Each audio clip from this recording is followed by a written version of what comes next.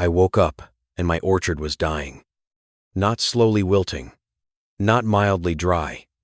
It was dying dry and silent, as if someone had strangled the breath out of it overnight. I stood barefoot on the wooden porch, the morning dew still cold, and I knew immediately that something was wrong. Normally, every morning in the northern hills began with the same familiar sounds. Click, click, click. The drip lines coming alive along the rows, the pressure rising inside the pipes, the leaves shifting as they reached for the first light of day. That was the heartbeat of the orchard. Mine. But this morning, there was nothing. Not a single sound, not a single movement, only a heavy, unnatural silence, as if the land itself had forgotten how to breathe. I stepped down from the porch and walked straight into the first row of apple trees. The leaves were curled tight, clenched like fists. The branches drooped, exhausted and hopeless. I knelt and pressed my hand into the soil. Dry. Not normal dry. Dead dry. The kind of dryness that only happens when someone turns the main valve all the way off and walks away, leaving the earth to crack open under the sun. My heart pounded so hard it hurt in my chest. This orchard was not large, but it was everything I still had. Every row had been planted by the hands of the person I lost, through long afternoons of sweat and quiet dreams no one else noticed. I stayed with this land because it was the only place where I could still hear old laughter, where every harvest reminded me that I was still standing. I ran straight to the irrigation valve box. The pressure gauge read 0. Not low, not fluctuating. 0. A perfect, cold number. I followed the main line to the edge of my property, where my system connected to the shared water line controlled by the homeowners association. And there, beneath the shade of the maple trees, I saw it. A brand new locking ring, bright and clean, clamped tightly over the metal cap. Hanging from it was a vivid orange plastic tag. Short words, completely emotionless. Service temporarily suspended due to compliance review. Below, it was a neat, confident signature. The name of the head of the association. They had done this. No call, no letter, no warning.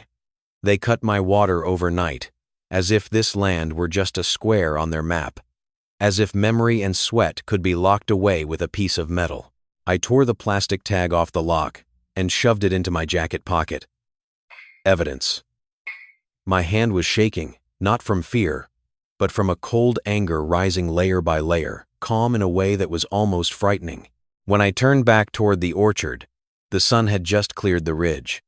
The light brought no comfort. It only made everything look worse. The leaves looked more yellow, the soil more gray, as if the orchard had aged 10 years in a single night. They thought I would wait. Wait for a meeting. Wait for a letter. Wait 60 days for a review while the summer heat waited for no one. They looked at me and saw a man growing trees in the middle of a luxury neighborhood. An outsider, easy to push back with paperwork and polite smiles. They did not know what I had done before I lived this life. They did not know I had once sat in airless meeting rooms, where regulations were written line by line to define the boundaries of power. They did not know I read maps the way other people read their own hands. And they certainly did not know that what they had just touched was not only my water line. As I turned and walked back toward the house, my eyes passed over the gravel road running along the edge of my land. A narrow road, dusty in the dry season, slick and dangerous when it rained. The road every delivery truck, every vendor booth, every ambition of the farmers market project the association kept bragging about had to use. The road they had grown so accustomed to using that they forgot to ask who it belonged to. I stood there for a moment, listening to the thirsty orchard behind me. Old complaints echoed in my head. The dismissive looks. The meetings where I was treated like a problem to be managed. Then another thought surfaced. Clear and cold. They had just cut my water. And they thought that was power. They were about to learn the difference between power and ownership. I walked into the HOA office without knocking. The glass door trembled softly behind me, and the room went silent, as if someone had just pulled the plug on sound itself. The smell of burnt coffee mixed with freshly printed paper. Harsh white lights reflected off the polished stone floor, a surface where the footsteps of everyday authority passed without ever leaving a mark. On the far wall hung carefully framed community photos, synchronized smiles, firm handshakes, moments staged to look like unity. I paused for a beat, then walked straight to the reception desk. The woman behind it looked up. The board president. A perfectly fitted blazer, hair smoothed into place without a single strand out of line. Beside her sat two board members, one staring down at paperwork, the other glancing at me before quickly looking away. No one greeted me. No one offered me a seat. I did not waste words. Why was my irrigation water shut off? My voice was low and even, like a blade sharpened too well to be loud. The room slowed. I could see it in the way their shoulders tightened, in the quick darting eyes searching for something solid to hold on to. The president smiled, the familiar smile of people who believe they control the entire board. Good morning. We are conducting a routine compliance review. Nothing personal. She slid a thick packet of papers toward me, the HOA logo stamped boldly in the corner. I did not look down. I looked straight into her eyes. I am the only lot in this entire community with agricultural water lines, I said. No one else has an orchard. No one else uses that system. And you call this routine? A quiet cough broke the air. The man on the left tightened his grip on his coffee cup. The woman on the right bit her lip, her eyes avoiding mine. The president did not blink. The community is evolving, she said slowly. Certain elements no longer align with our new direction. Delivery trucks, equipment, aesthetics. The word dropped between us like a heavy object. I thought of dusty afternoons, of calloused hands belonging to the person I lost, of every tree planted with the small hope that if you cared for the land long enough, it would answer back. You do not have the authority to shut off my water, I said. No notice, no violation report, no hearing. That is utility interference and property trespass. For a fraction of a second, her face stalled. Just one beat. But I saw it. She leaned back, folded her arms, and reclaimed her posture of control. There are gray areas in the regulations, the board voted. I stepped closer. The stone floor was cold beneath my feet. The distance between us shrank. I did not raise my voice. I did not slam the desk. The line ends at my property boundary. That section is mine. You do not touch it. You do not lock it. You do not sabotage my livelihood because it does not match your HOA brochure. The woman on the right lifted her head, lips parting. The president cut her off. You have caused problems for this board for years. Your harvest vehicles block roads. Neighbors complain. We had to take corrective action. Corrective action, I repeated. By killing my trees. We only temporarily suspended service, she said lightly. Your file will be reviewed within 60 days. 60 days in summer heat. I imagined each leaf curling tighter, each root drying out before the first meeting ever began. I stayed silent long enough for her words to echo back through the room. I will take this to the county, I said. To the water authority. To the city. The president shrugged. We welcome due process. I turned to leave. Just before my hand reached the door, I caught the exchanged look between the two board members. A very slight smirk. They thought all I had were dying trees and empty threats. They did not know I was not driving home. I drove past the southern hills, leaving the thirsty orchard behind me. The narrow road leading to the county records office opened ahead like an old reminder. As I stopped the car, one detail from the president's words surfaced in my mind. The new farmers market project. The launch schedule. Transport flow. Logistics stability. I sat in the parking lot, one hand resting on the steering wheel, and felt something very different from anger. Clarity. They looked at me and saw a man growing trees in a wealthy neighborhood, a problem to be managed, a name on meeting notes. They did not see the years I spent in county conference rooms, writing regulations line by line to define the boundaries of power. They did not see how I read maps the way others read their own palms. They did not see where the HOA's authority actually ended, and they certainly did not realize that one careless sentence had just exposed their greatest weakness. I shut off the engine, stepped out of the car. The door ahead of me was already open. This time, I was not here to ask questions. I was here to remember. I did not need to knock on the county records archive. The door was already open, as if it had been waiting for me. The smell of old paper and dusty ink rushed into my senses, so familiar it tightened my chest. The steady hum of the air conditioning filled the space. Pale fluorescent lights reflecting off rows of metal filing cabinets that stretched all the way to the ceiling. I had lived here once. Not in the sense of staying, but in the sense of leaving my fingerprints on every map, every dry legal line. I walked in like someone returning home after many years away. Rafe Jimenez looked up from his desk when he heard my footsteps. His gray hair was still as unruly as ever, his glasses sliding low on his nose.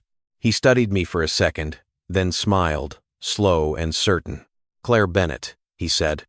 "I knew you would end up back here one day, on a bad day." I set my bag on the desk. No small talk. I need the water infrastructure maps for Redwood Ridge, the easement records tied to Old Mill Spur Road, and everything the HOA has signed over the last 15 years. Rafe raised an eyebrow. His expression shifted from curiosity to alert focus. He did not ask why. People who have worked in planning do not ask unnecessary questions. "The HOA is acting up again," he said. "What did they do this time?" "They shut off my orchard water," I said. "Overnight." Rafe exhaled slowly. He stood up and pulled his chair aside. "All right then. Time to dig up some paper graves." We moved between the rows of cabinets like we were navigating an old maze. He slid open drawers and placed large rolled maps on the table, yellowed paper with worn edges. I spread them out, my eyes scanning quickly and precisely. A reflex that had never faded. "Here," Rafe pointed. "The shared water line ends at your property boundary. Everything beyond that belongs to the HOA. They have no authority to lock this section without notice and county approval." I nodded. I already knew that, but I needed more. Rafe pulled out another folder. "Old Mill Spur Road. The gravel road running along the southern edge of your land. This is a conditional use agreement. The HOA is allowed to use it for internal traffic and community events, but ownership remains yours. It always has." My heart beat harder. I leaned in, reading every line of fine print. "The revocation clause," I said. Rafe tapped the page. "Right here. If there is trespass, utility interference, or unauthorized commercial use, the landowner has the right to revoke access immediately." Immediately. The word echoed in my head like metal striking metal. "But there is more," Rafe said, his voice lowering. He flipped to a thin appendix clipped behind the main file. "This is an application the HOA submitted 3 years ago. A request to expand usage rights. Increased truck traffic for the farmers market." I looked at the signature. "Marlo Whitmore. That application was denied by the county," Rafe said. "No environmental impact review, no alternative plan. But they have been using the road anyway, as if it were approved." "They knew," I whispered. "They knew they were on thin ice." Rafe looked at me, understanding settling in. "That is why they struck first. Cut your water. Apply pressure. They hoped you would fold before you remembered what you were standing on." I carefully rolled the maps back up. In my mind, every piece began to lock into place.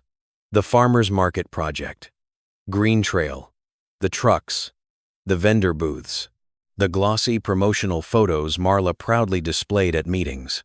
Every part of it had to pass over that gravel road. My road. I thought about the orchard behind my house. Cracked soil, drooping leaves like unanswered pleas. I thought about Ethan. Afternoons, when he stood by that road, wiping sweat from his brow, smiling, saying the road was ugly but useful. I never fixed it, never fenced it off. I let them pass, year after year, because I believed in community. Rafe slid a stack of copied documents toward me. Maps, contracts, appendices, county seals stamped clearly, like sworn testimony. "What are you going to do?" he asked. I stood up and packed the papers into my bag. "I am going to remind them," I said. "Remind them that their power comes from paperwork. This land comes from ownership." When I stepped out of the building, the late afternoon sun hit my eyes head-on. I squinted but did not turn away. The pain was still there inside me. But beneath it, something else had awakened. Not blind anger, but the cold clarity of someone who knows exactly where they stand. They looked at me and saw a woman growing trees. A widow easy to corner. They did not see the years I wrote laws. They did not see the maps I signed. They did not see that I was standing directly on the throat of their biggest plan. As I drove home, the gravel road stretched alongside the orchard like a quiet reminder. I did not need to shout. I did not need to beg. I only needed to lock what had always been mine. I signed the revocation of access to the gravel road before the sun went down. No meeting, no phone calls, no negotiation. One dry stroke of a pen, and the rules flipped. The land registry office was so quiet, I could hear paper sliding across the counter.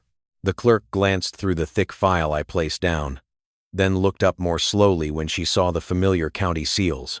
She did not ask if I was sure. She simply stamped it, clean and precise, like someone who had seen enough moments where real power quietly changed hands. When I stepped outside, the late-day sun stretched my shadow across the southern gravel road. Each stone glinted, sharp and cold, like scattered shards of metal. Wind moved through the orchard behind me, carrying the sound of dry leaves rubbing together, tired and brittle.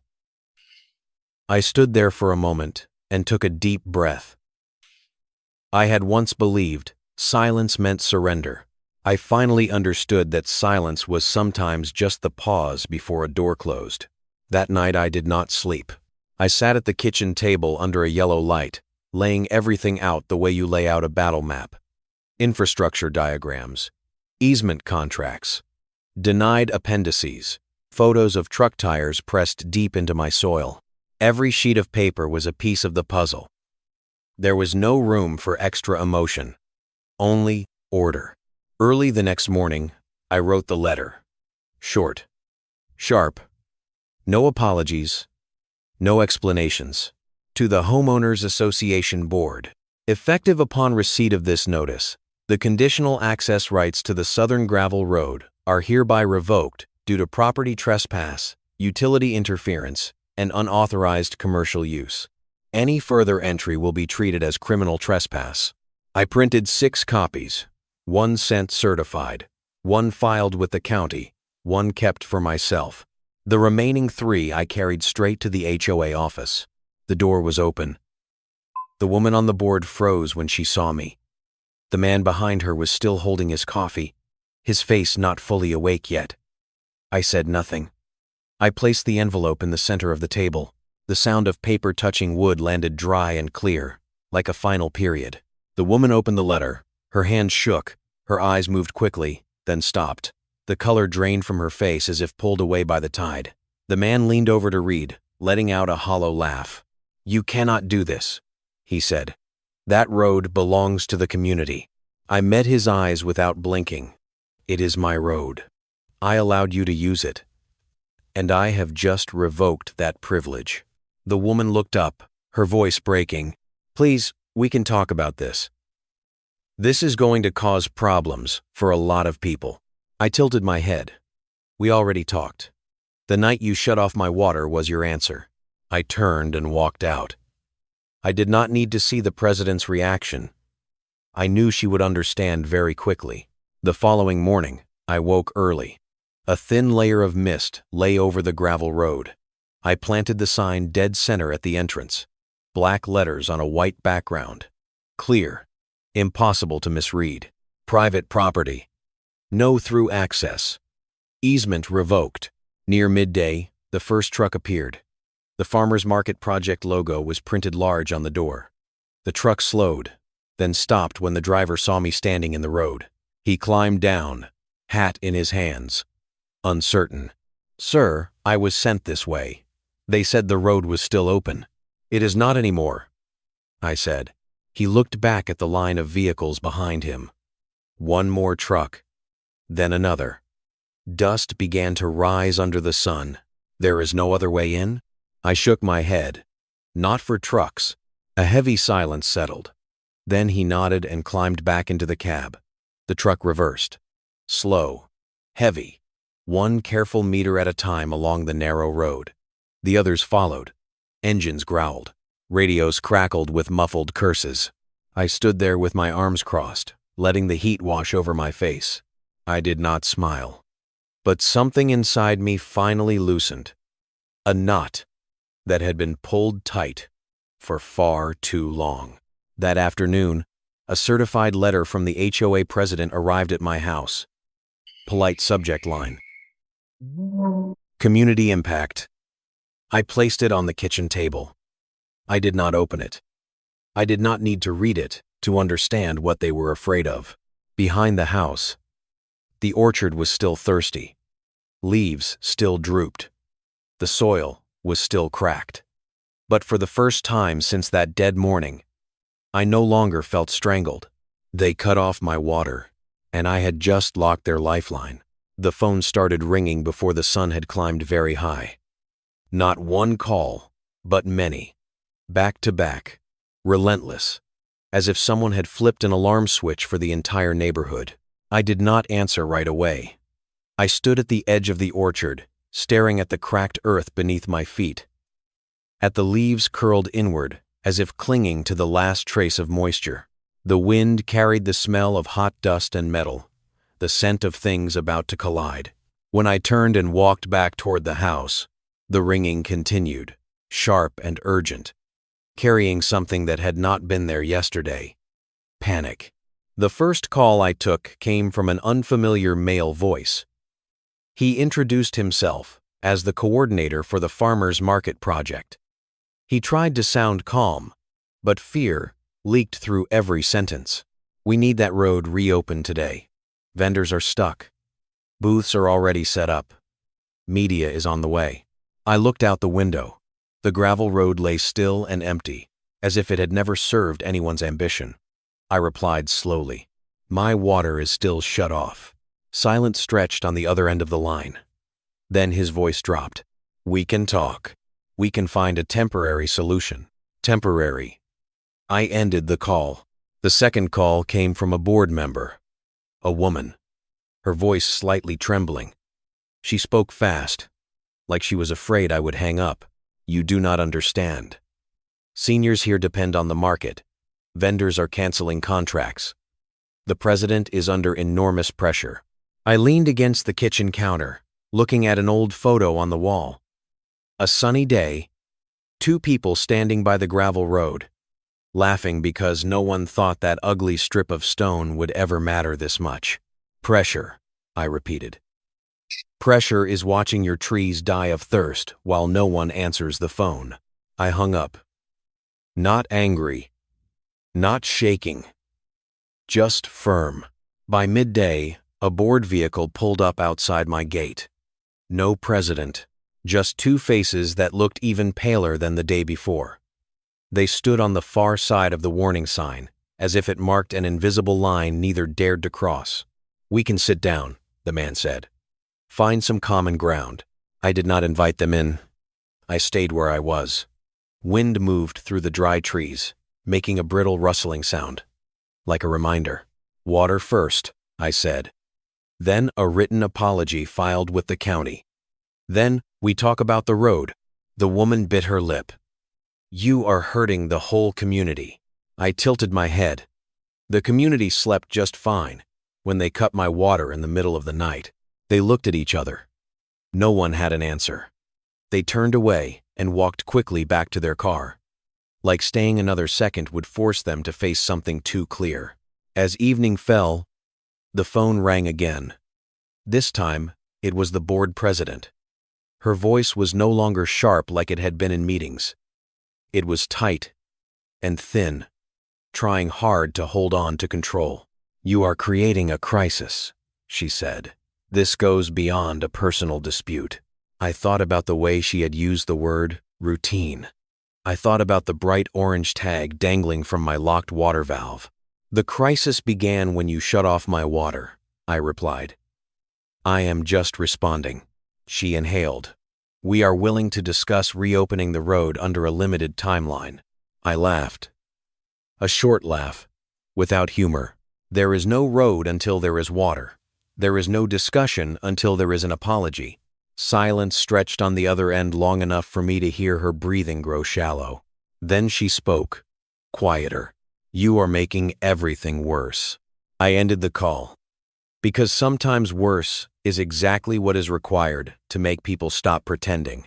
That evening, I walked the rows with a small bucket of water, giving what little I could to the youngest trees. It was not enough, but I could not stand by and watch them die without doing something. The soil drank each drop like it had been thirsty for ages. I crouched down, hands muddy, my chest heavy. In the darkness, I heard a car stop outside the gate. A neighbor stood there, hesitant, holding a bag of fruit bought somewhere else. He would not look directly at me. "I just wanted to say, I did not know they would do this," he said. "We thought it was just paperwork." I nodded. No blame, no comfort, just a nod. When he left, I sat down on the steps and watched the sky darken. The phone finally went silent. Not because they were out of options, but because they were searching for a different one. I knew that. And I also knew that as long as they kept my water valve closed, I would keep the road locked, not out of spite, but because some things, once touched, can never go back to the way they were. The orchard behind me was still thirsty. But for the first time, I did not feel alone.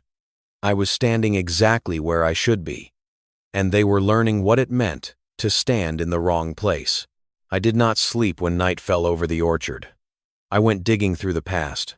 The old hard drive sat in the lowest drawer of the workshop, coated in dust like a forgotten stone. I had avoided touching it for years, the way you avoid a room that still holds the breath of someone who is gone.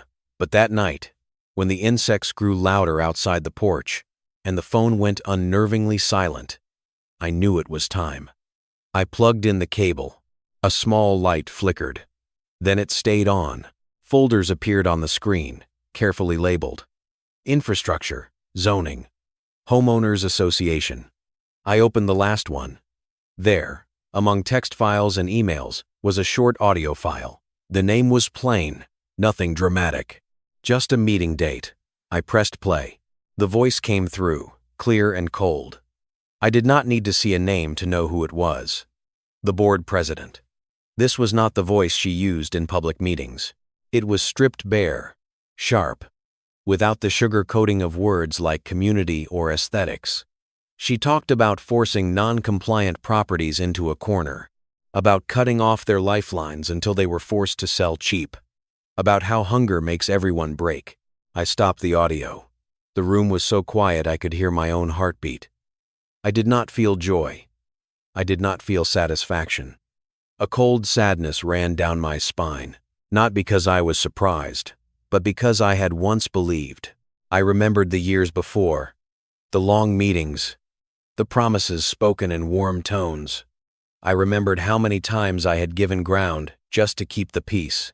I remembered widening the gravel road so their vehicles could pass, season after season, without a single piece of paperwork. I remembered believing that silence was kindness. I opened more emails.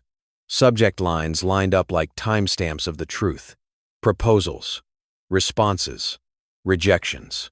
Then, an internal email that was never meant for me, yet sat right there. A plan discussing timing, pressure, how shutting off water overnight would kill the trees before anyone could react. I stood up and stepped onto the porch. The air was a little cooler. The sky was moonless. I looked out at the dark orchard, rows of trees standing still as if listening to my thoughts. I did not feel afraid. I felt clear enough to be calm. The next morning, I sent 3 emails. No explanations. No emotion.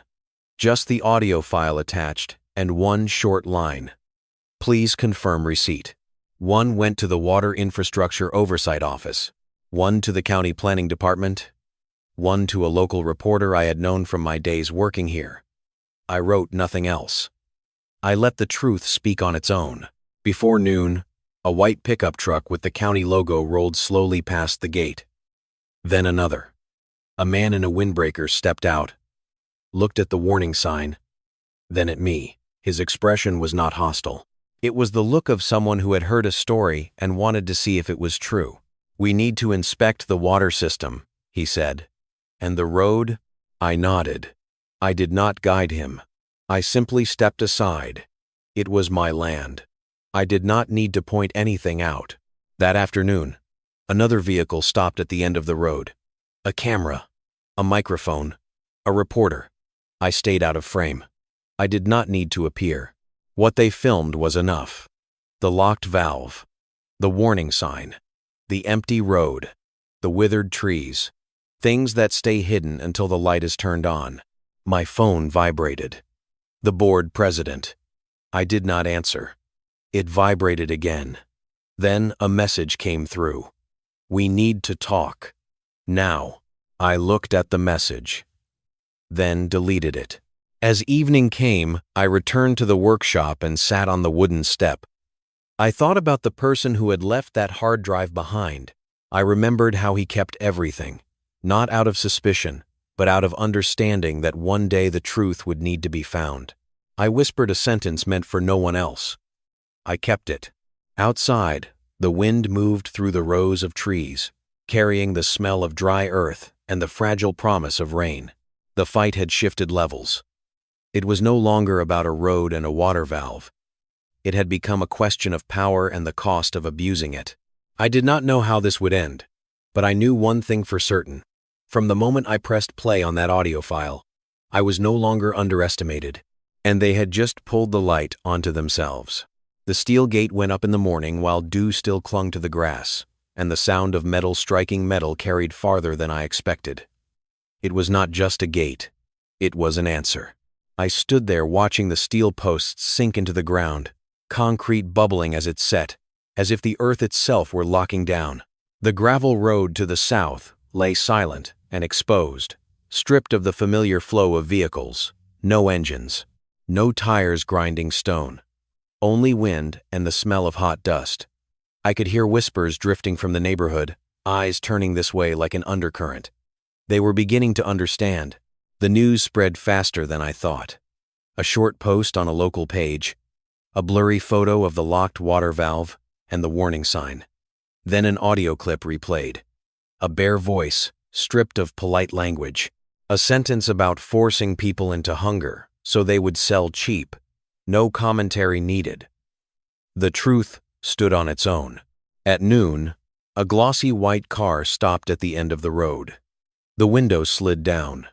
The HOA president sat inside, sunglasses hiding half her face. She looked at the steel gate, then at me. She did not step out. She did not speak. She only reversed, tires crunching gravel, and turned away in silence. For the first time, I saw her with nothing to put on the table. Afternoon fell, and with it came Karen.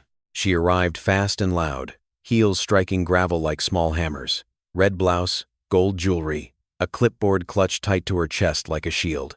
She stopped in front of the gate, close enough to see the freshly tightened bolts, far enough not to dare touch it. "You cannot do this," she shouted, her voice sharp and high. "This is a community road." I did not move. I stayed where I was and let the steel gate stand between us like a clear boundary. Not the community's. Mine. She scoffed, but the laugh had no weight. "I will call the police. I will report this to the city. You are blocking community operations." "Go ahead," I said. "And be sure to tell them this is private property and that the right of use was revoked due to utility interference and unauthorized commercial use. She blinked. Just a beat. But it was enough. Behind her, a delivery truck rolled to a stop. The driver stayed in the cab, glanced over, then looked away. He did not want a side. He just wanted to pass.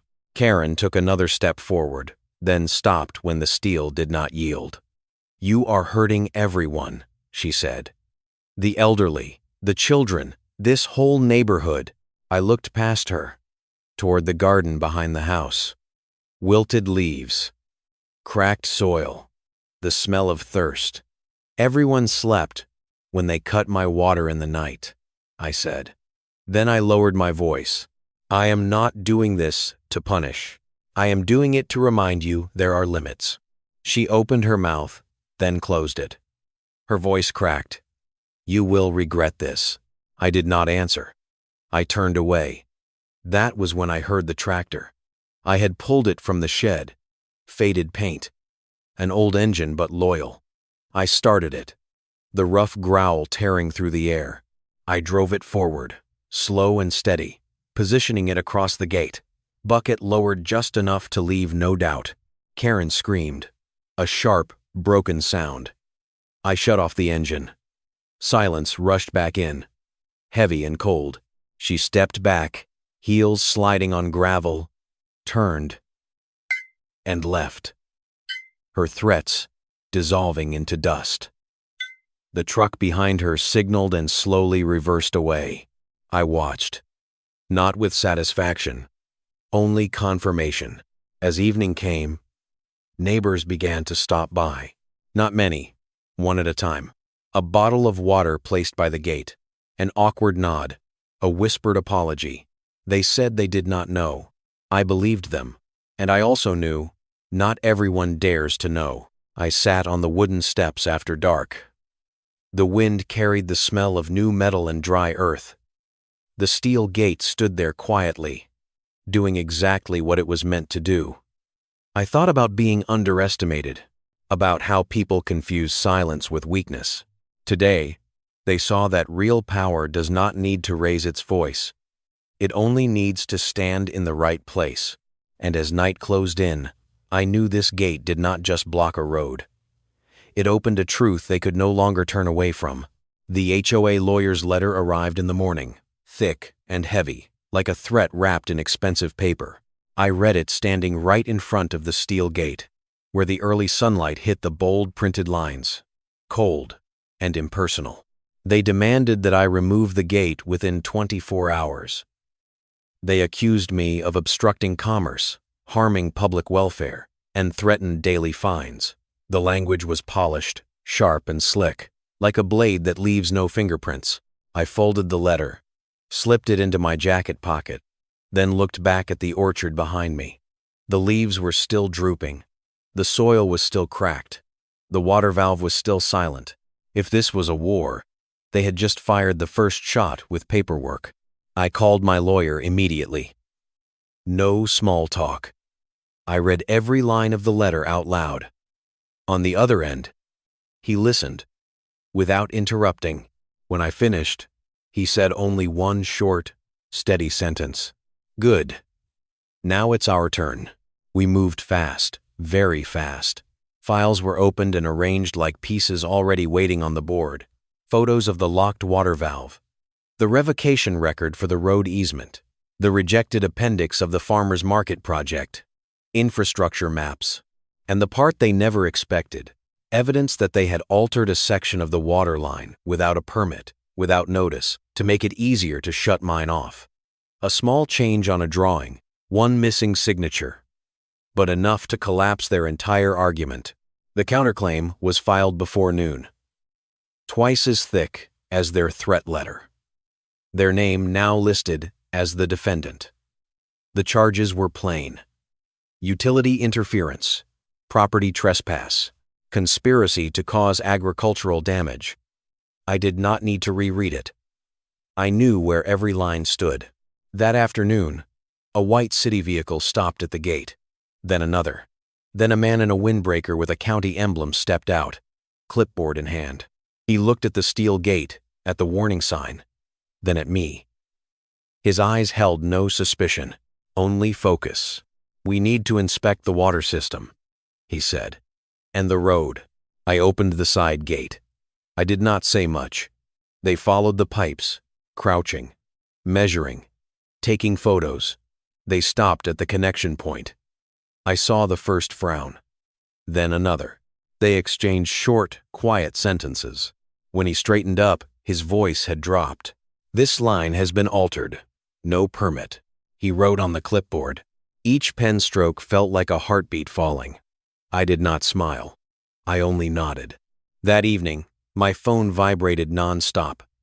Messages, calls, from numbers I had never saved, from voices that had been loud yesterday and were noticeably softer now. I did not answer.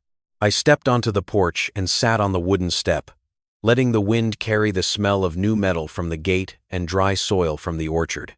The news aired that night. Not long, but enough. Images of the locked water valve, the steel gate, neutral narration. But the old audio clip played in full, uncut. Bare words filled living rooms across the county. Starve them. Sell cheap. The truth did not need commentary.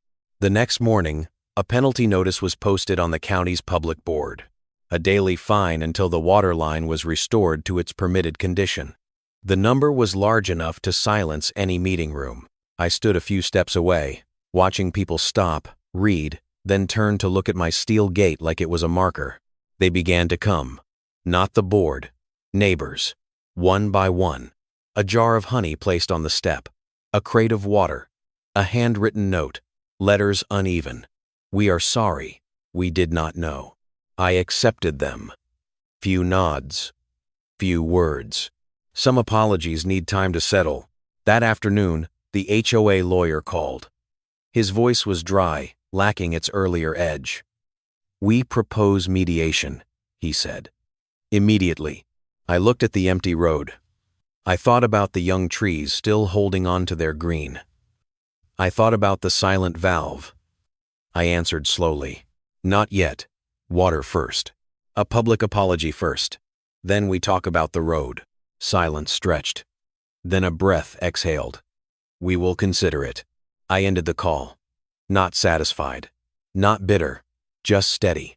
Because when power is dragged into the light, it shrinks. And when truth stands upright, it does not need to shout. Night fell. I walked the rows, my hand brushing rough bark. They were still alive. Fragile, but alive. The game had changed. It was no longer me against them. The truth now stood in the middle, forcing everything to turn around it. And for the first time since the morning my orchard nearly died of thirst, I knew they no longer saw me as a lone tree grower. They were looking at a landowner who knew the law, held the land, and did not step back. The farmer's market opened in silence. No banners, no music, no crowd, just harsh sunlight, and 3 lonely folding tables standing in the middle of a parking lot, as wide as an abandoned stage. I did not go there to watch them fail. I went because the community meeting was scheduled right after, in the hall behind the offices. And I knew that once the lights were on, no one would be able to pretend anymore. The hall was packed. Extra folding chairs lined the walls. The smell of sweat, cold coffee, and anger mixed together, heavy like the air before a storm. I sat in the back row. I did not speak. I did not raise my hand. I only watched. The board president sat at the front table, shoulders squared, chin lifted, but her eyes were no longer steady. The moderator tapped the microphone, his voice wavering as he called the meeting to order. Familiar opening remarks drifted by, unheard. The first person to stand was a middle-aged man, the owner of a beekeeping operation on the edge of the neighborhood. His voice shook with anger.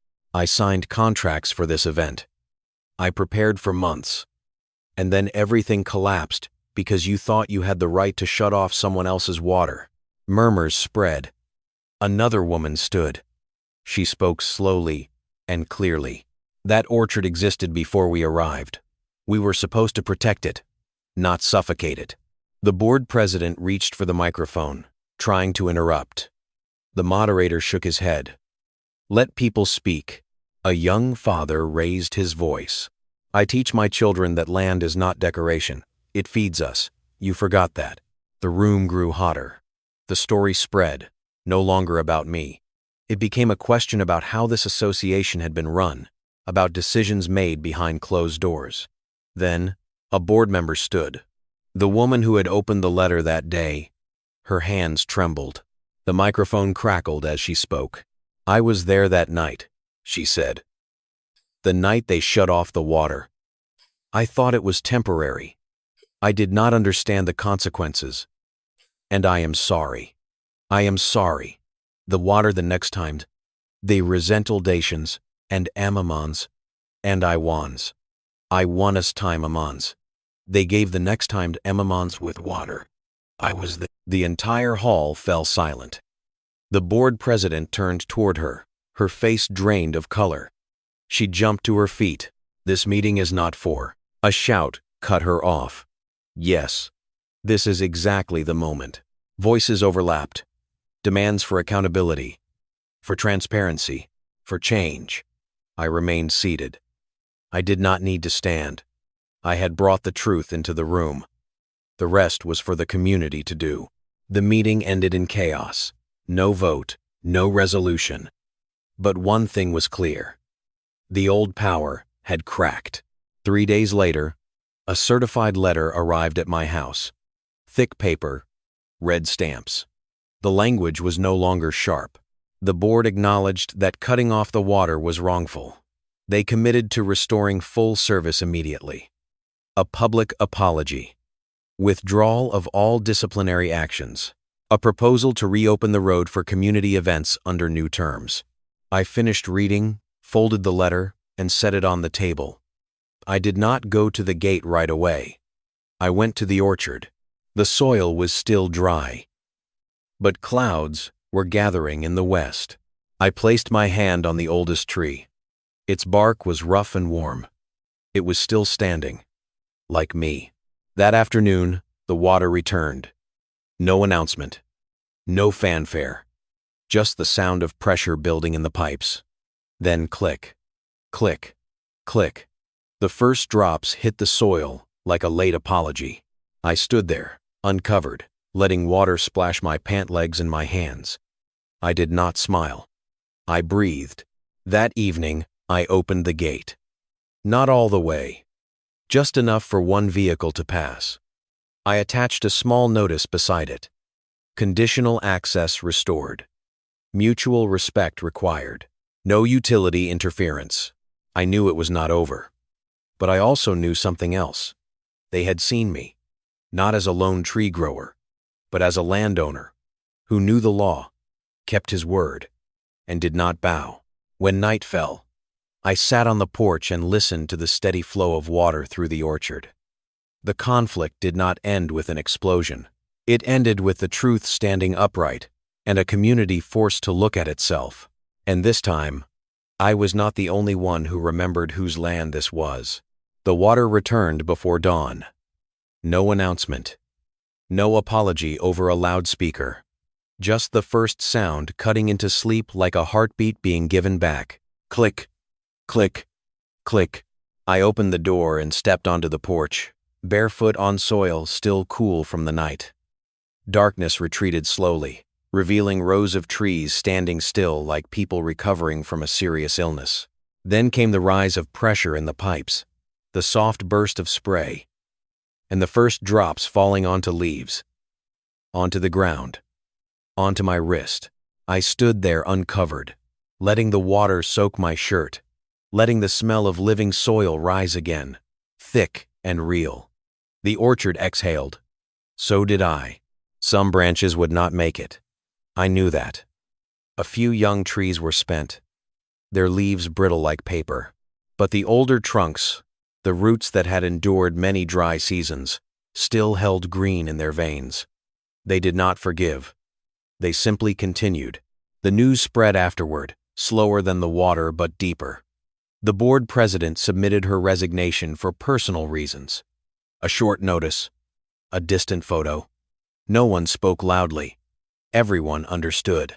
A new board was formed, meetings held publicly, minutes posted in full. An ordinance protecting agricultural land was passed by an overwhelming margin. Words once used to squeeze others were replaced with clauses that bound power instead. The steel gate remained. I did not remove it. I repainted it the dark red of the old barn and hung beside it a hand-carved wooden sign. This way open for harvest. Closed to abuse of power. No signature. No official stamp. Just a reminder. The trucks returned a few days later. This time they stopped, waved, waited for my nod. I opened the gate just wide enough. Tires rolled over gravel more gently. No horns. No rushing. A new order formed from what had broken. Neighbors visited more often. No more whispers. A loaf of bread set on the porch step. An apology spoken in full sentences. I accepted. I kept no ledger. I demanded nothing more. Some debts only need to be faced. In the evenings, I sat on the porch, listening to the steady rhythm of water cycling through the orchard, like an orchestra finding its tempo again. I thought about how silence is so often underestimated, how patience is mistaken for weakness, how real power does not live in raised voices or red stamps, but in where you stand when everything is pushed to the edge. A message came from an old contact at the county. Just one line. "You held the land well," I replied. "The land holds me." The next morning, rain arrived. Not much, but enough. The drops blended with irrigation, blurring the line between what was returned and what was given. I walked the rows, touching wet bark, listening to leaves tremble softly. There were fresh scars on branches. There were new buds pushing through. Life does not announce itself. It simply does its work. If you ask me what changed the most, it was not the gate, not the ordinance. It was how people looked at one another as they passed along this road. Slower, more careful, as if they had relearned an old lesson. That land is not a backdrop, and people are not obstacles. I do not call this a victory. I call it a reminder that when someone touches what feeds you, you have the right to stand straight. That law has its place, but ownership has its own voice. That truth, once brought into the light, does not need to shout. Night fell. I locked the gate, not out of fear, but out of order. I looked once more at the orchard before going inside. The water was still running. The soil was still breathing. Nothing was perfect, but it was enough. If you have ever lived in a neighborhood where power is worn like a badge, if you have ever met a Karen in real life and wondered whether you should stay silent, share your story in the comments. Hit like if you believe land deserves respect, and subscribe for more stories to come, where the truth is spoken softly, but stands very straight.